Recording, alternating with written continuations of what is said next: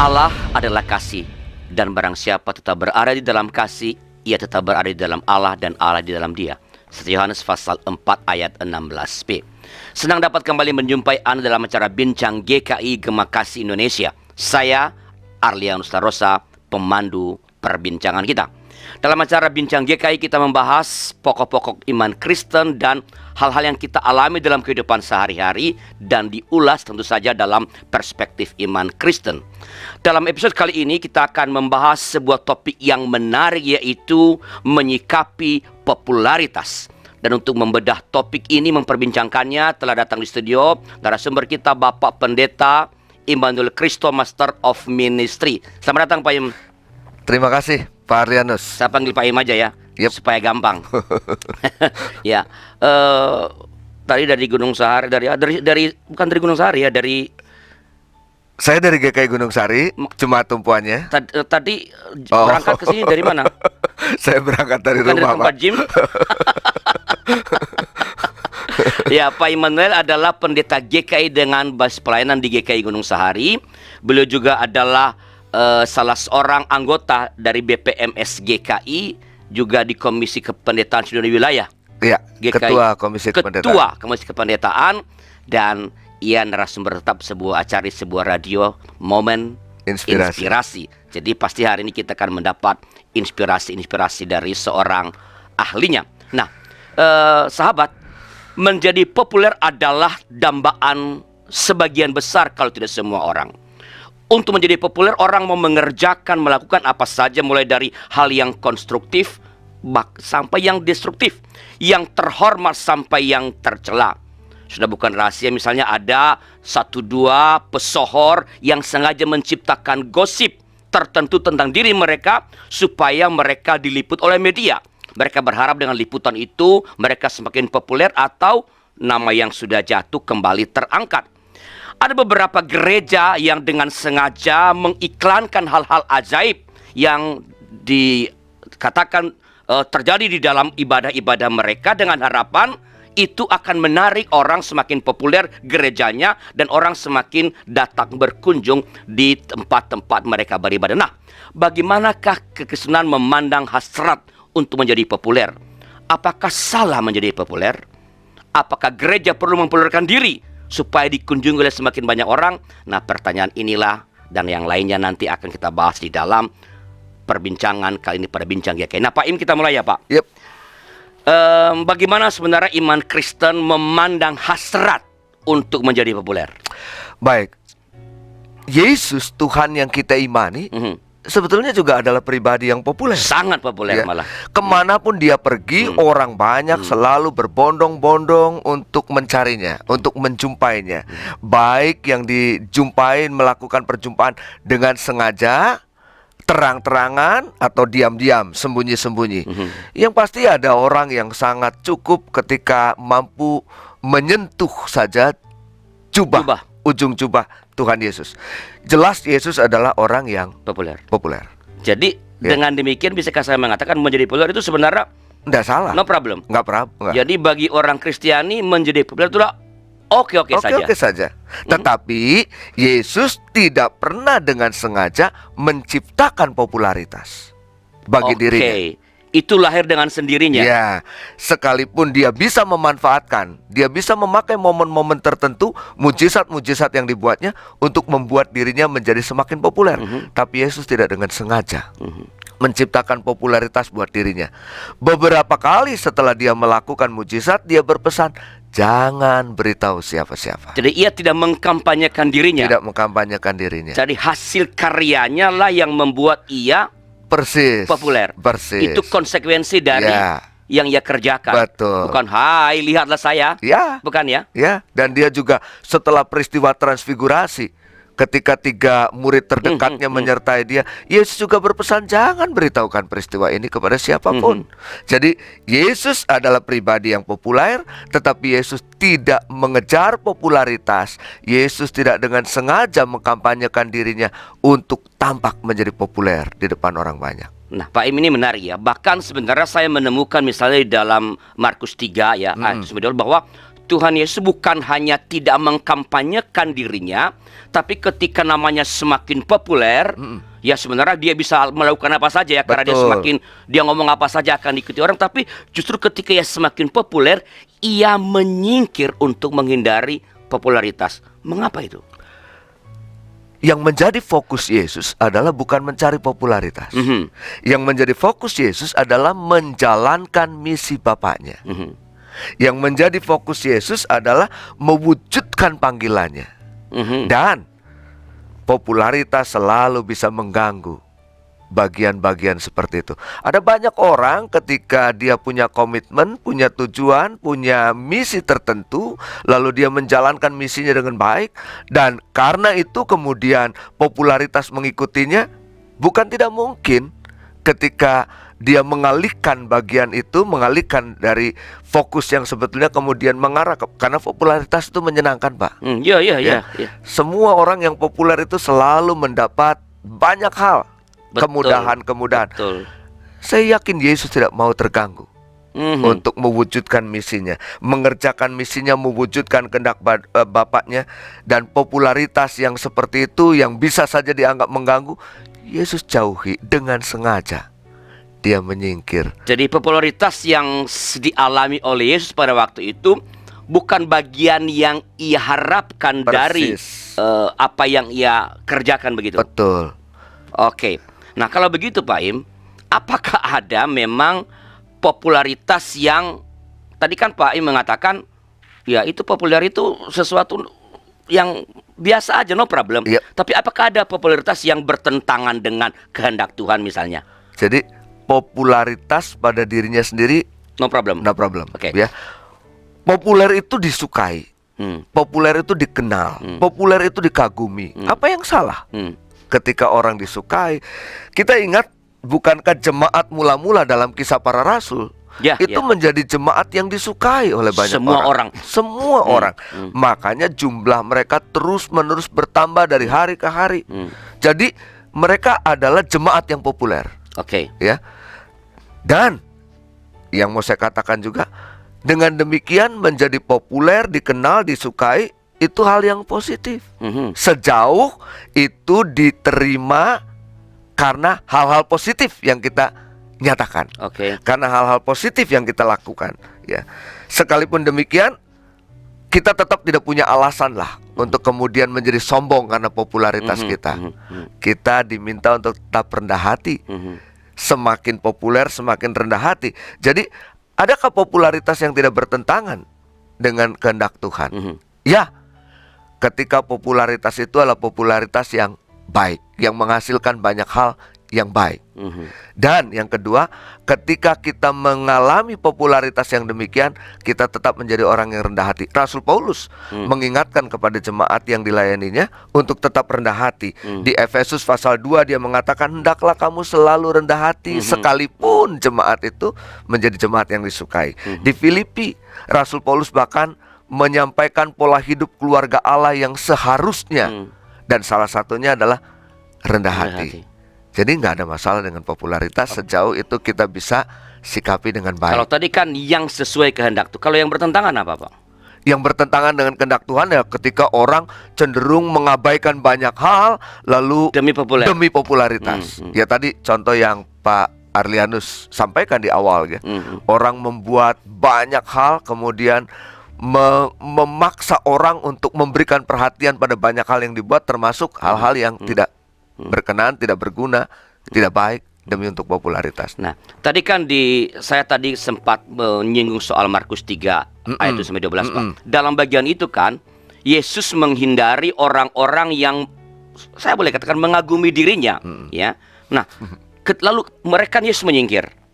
Mereka mengejar orang banyak. Nah, pertanyaan apa sebenarnya yang dicari oleh orang-orang itu yang beramai-ramai mengikut? Mereka mencari Yesus atau mereka mencari karena udah dengar dia bikin mujizat, mereka mencari Yesus atau mencari mujizat mereka itu, Pak? Ya, Yesus itu lahir dari sebuah kota kecil yang tidak terkenal, ya, kota kecil yang terabaikan, dari pasangan sederhana yang juga tidak masuk golongan elit dalam masyarakatnya. Jadi sebetulnya di awal siapa yang memberikan perhatian kepada Yesus? Ya nobody sebenarnya. Nobody, pada awalnya, mestinya ya, karena asal-usulnya. Siapa yang memberikan perhatian pada Yesus? Siapa yang memberikan penghargaan? Siapa yang memberikan apresiasi lebih kepada Yesus? Tetapi toh orang akan melihat, orang pada akhirnya menemukan ada sesuatu dalam diri Yesus yang menjadi bagian yang dicari oleh orang-orang itu. Ada mujizat kesembuhan, ada firman yang diwartakan, ada kata-kata yang menguatkan, ada kalimat-kalimat yang mengingatkan. Jadi kalau Pak Al tanya, apa yang dicari oleh orang itu? Yesusnya kah? Atau mujizat-mujizatnya? Saya kira kita tidak menafikan bagian itu. Bisa saja ada orang yang mencari Yesus memang karena mujizat-mujizatnya, bukan Yesus pada dirinya sendiri, ya. Karena ketika Yesus tidak populer, juga orang tidak terlalu memperdulikan. Siapa yang mengunjungi, siapa yang mendatangi kelahiran Yesus selain para gembala? Orang-orang yang juga diabaikan, yang tidak masuk dalam kelompok orang-orang yang diperhitungkan. Karena ketika pendataan penduduk, toh mereka tetap ada di padang. Ya.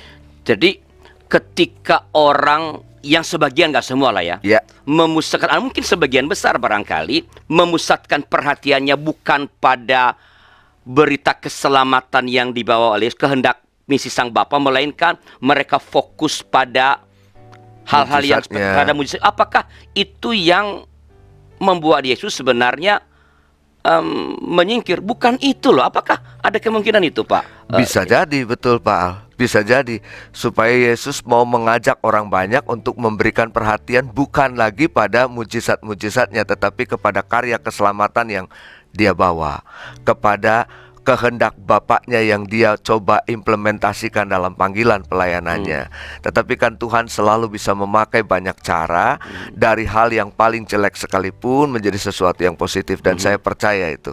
Ya, jadi bisa saja ada orang yang salah, tetapi toh Tuhan selalu bisa mengerjakan banyak hal dalam setiap kesempatan. Jadi bisakah kita mengatakan bahwa menyingkirnya Yesus dari hiruk pikuk popularitas itu adalah untuk memberi kesempatan bagi orang untuk berpikir dengan lebih mendalam bahwa bukan ini loh. Mujizat itu yes, perlu Anda memerlukan, tapi bukan itu loh pusat dari misiku. Apakah itu yang sedang dikatakan Yesus dengan menyingkirkah? Iya, saya kira itu salah satu. Tetapi yang keduanya juga Yesus berkesempatan sebetulnya untuk menenangkan dirinya, menenangkan dirinya, lalu kemudian kembali kepada Bapaknya, memanjatkan doa, berhubungan lagi dengan Bapaknya, sehingga dia pun terus dimampukan untuk mengerjakan karya keselamatan itu sampai akhirnya, gitu ya. Jadi popularitas itu membuat orang lelah, begitukah, sehingga ia perlu memberi waktu bagi dirinya untuk rehat supaya jangan dia hanyut oleh. Saya kira memang betul, popularitas kerap kali membuat lelah, ya. Mungkin ini yang membuat banyak para pesohor, para artis itu bukan tidak mungkin makan obat-obat penenang, ya. Sayangnya kita kan belum jadi orang populer, atau beruntunglah kita nggak jadi orang populer sehingga kita tidak terlalu lelah, gitu ya. Jadi popularitas no problem, ya, tetapi waspadalah, itu bisa membuat engkau kelelahan kalau engkau melakukan sesuatu demi popularitas. Setuju. Ya, harus selalu sadar memberi jeda. Seperti Yesus. Ia menarik diri supaya punya energi. Baik Pak Iman, ini percakapan yang sangat menarik, tapi kita akan beri sejenak untuk pesan-pesan berikut ini.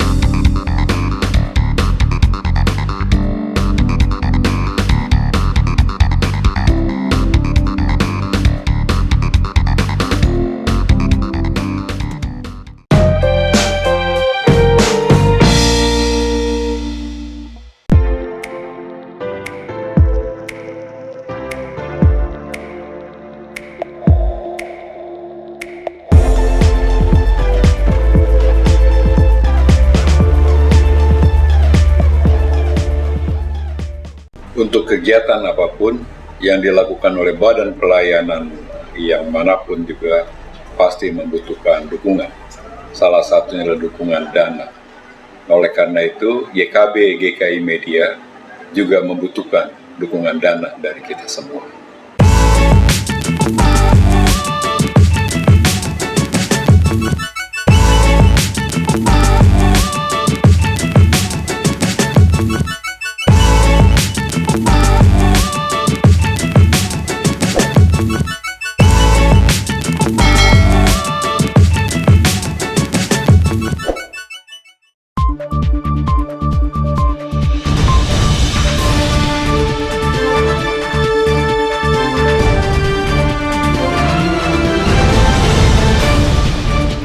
Terima kasih masih bersama dengan kami dalam Bincang GKI Gema Kasih Indonesia. Masih dengan saya Arlen Sorsa, pemandu perbincangan, dan narasumber kita Bapak Pendeta Immanuel Kristo. Pak Im, kita lanjut ya Pak. Yep. Ya, kita nggak bisa menyangkal bahwa dalam diri, kalau nggak semua, tapi minimal banyak orang ada hasrat untuk menjadi populer. Senang kalau banyak followers, banyak yang like gitu ya. Padahal kadang-kadang orang like kan juga nggak lihat.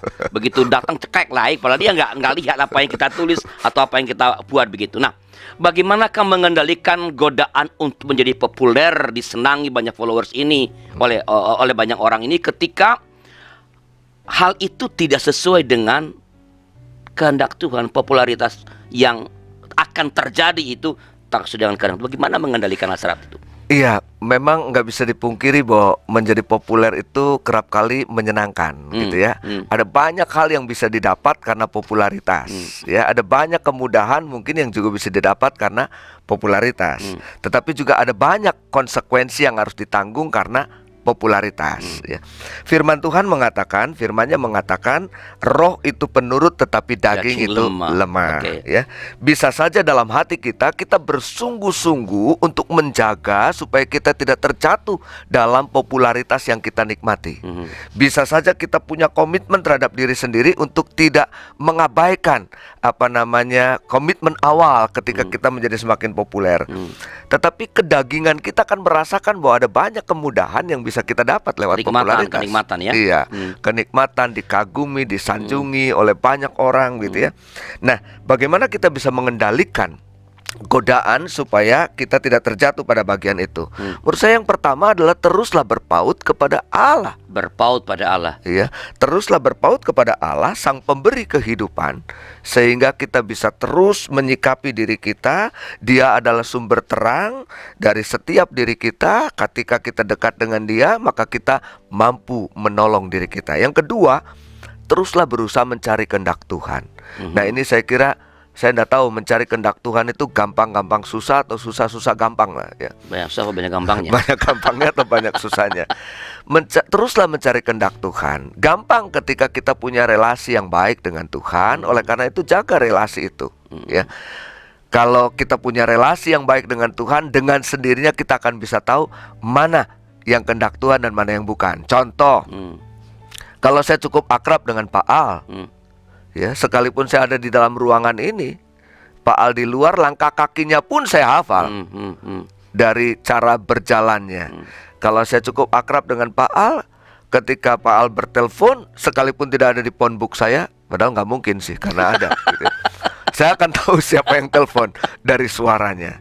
Kalau saya cukup akrab dengan Pak Al, sekalipun kita berbeda tempat, lalu Pak Al berkirim surat, ini rada jadul, masih surat-suratan, tulisan tangannya aja saya hafal ya. Iya gitu ya. Jadi dekatkanlah diri kita dengan Tuhan. Kalau kita lihat dari pohonnya, kan kadang-kadang kita tidak bisa membedakan mana yang lalang dan mana yang gandum.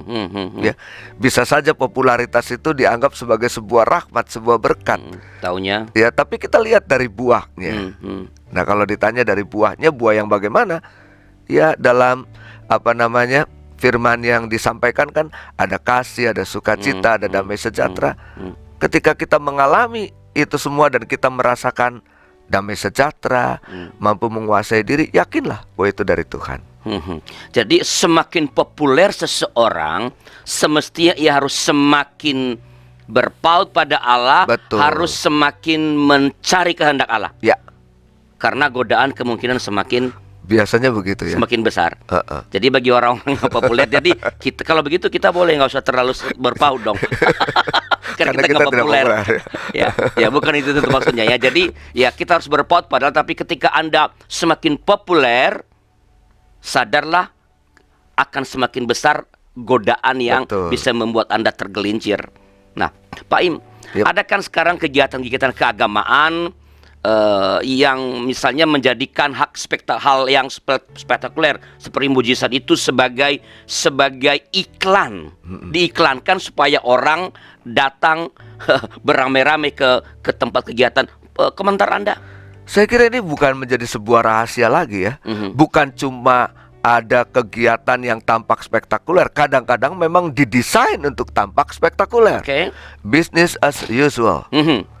Dan itu ternyata juga ada dalam ranah-ranah keagamaan, ranah-ranah spiritual yang sebetulnya menjadi sebuah tempat, sebuah kesempatan, sebuah momen orang dibangunkan ya. Nah, ada orang yang dengan sengaja menggunakan ini untuk kepentingannya ya. Yang mau saya katakan begini Pak Al, mujizat atau sesuatu yang Tuhan anugerahkan itu adalah rahmat ya.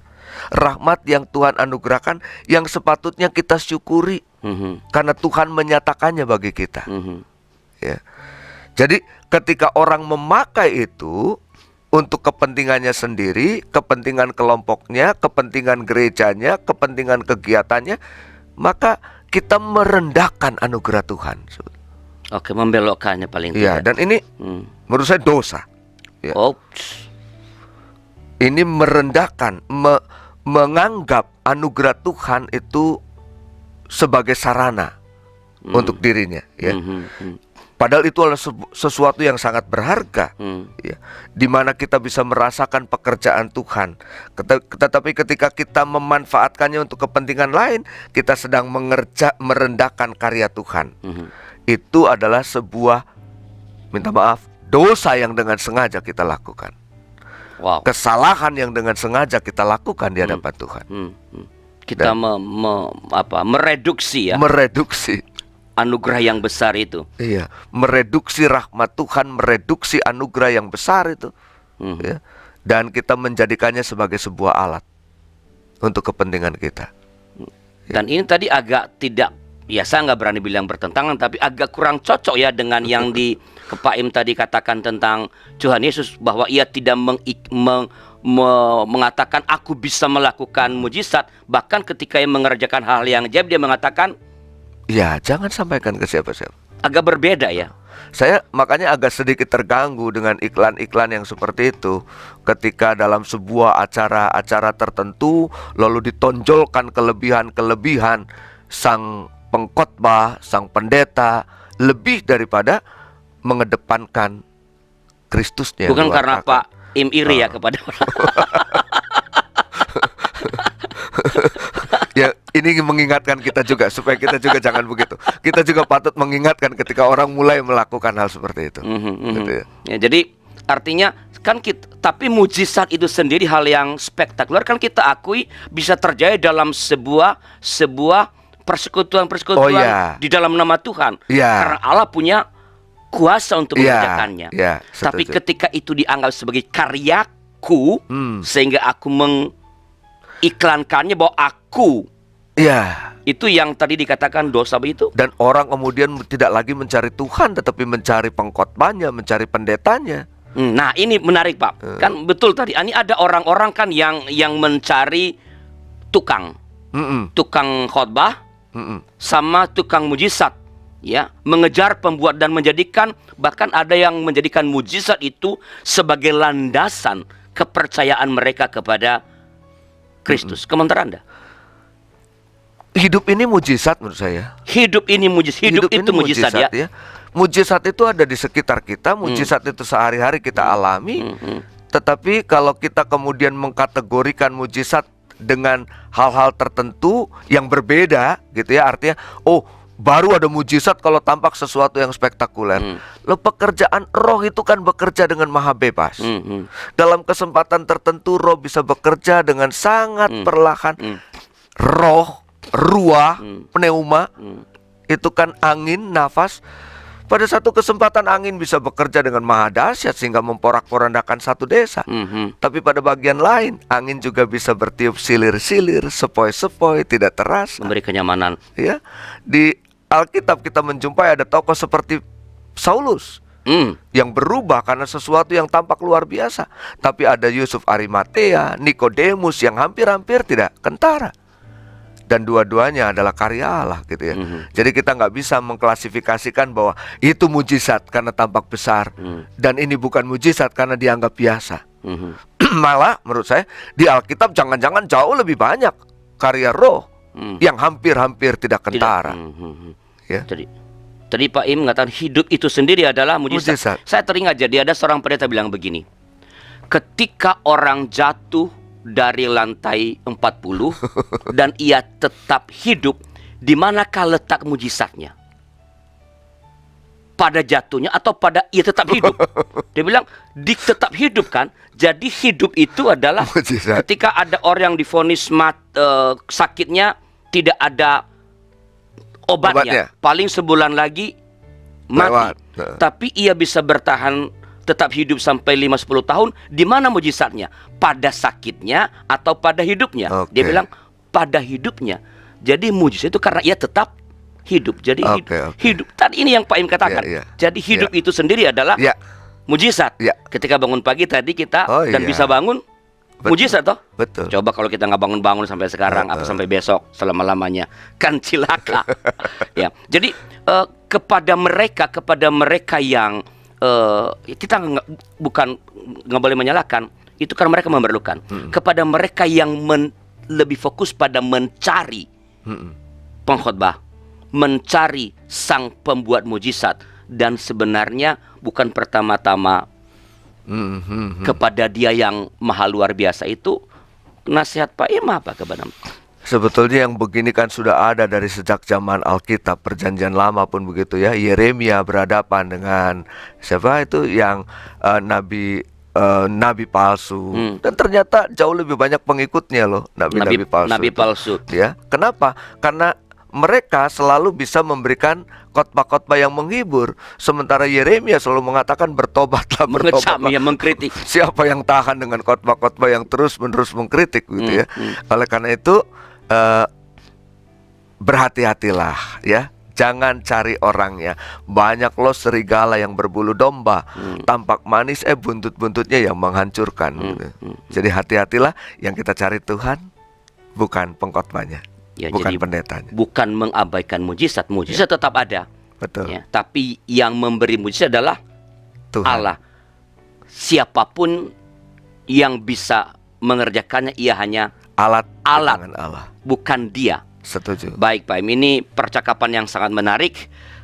Sebelum acara ini kita akhiri, apakah ada pesan-pesan khusus, sebuah pesan pastoral kepada pendengar kita, ya, kepada umat berkaitan dengan pokok percakapan kita pada episode kali ini? Silakan Pak Im.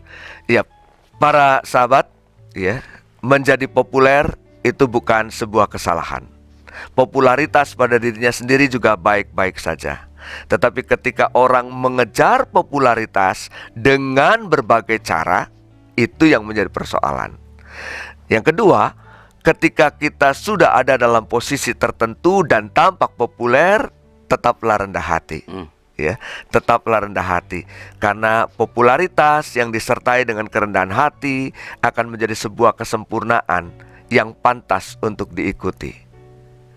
Tuhan memberkati setiap kita. Terima kasih Pak Im atas percakapan yang sangat memberi inspirasi kepada para pendengar dan sahabat. Terima kasih telah bersama kami sampai di ujung acara ini. Bila ada masukan-masukan, pertanyaan-pertanyaan, baik mengenai pokok percakapan kita yang sekarang ini, silakan kirim kepada kami melalui nomor 0812 8188 9191 0812 8188 9191. Terima kasih telah bersama kami dan sampai jumpa pada episode yang akan datang. Tuhan menyertai kita semua.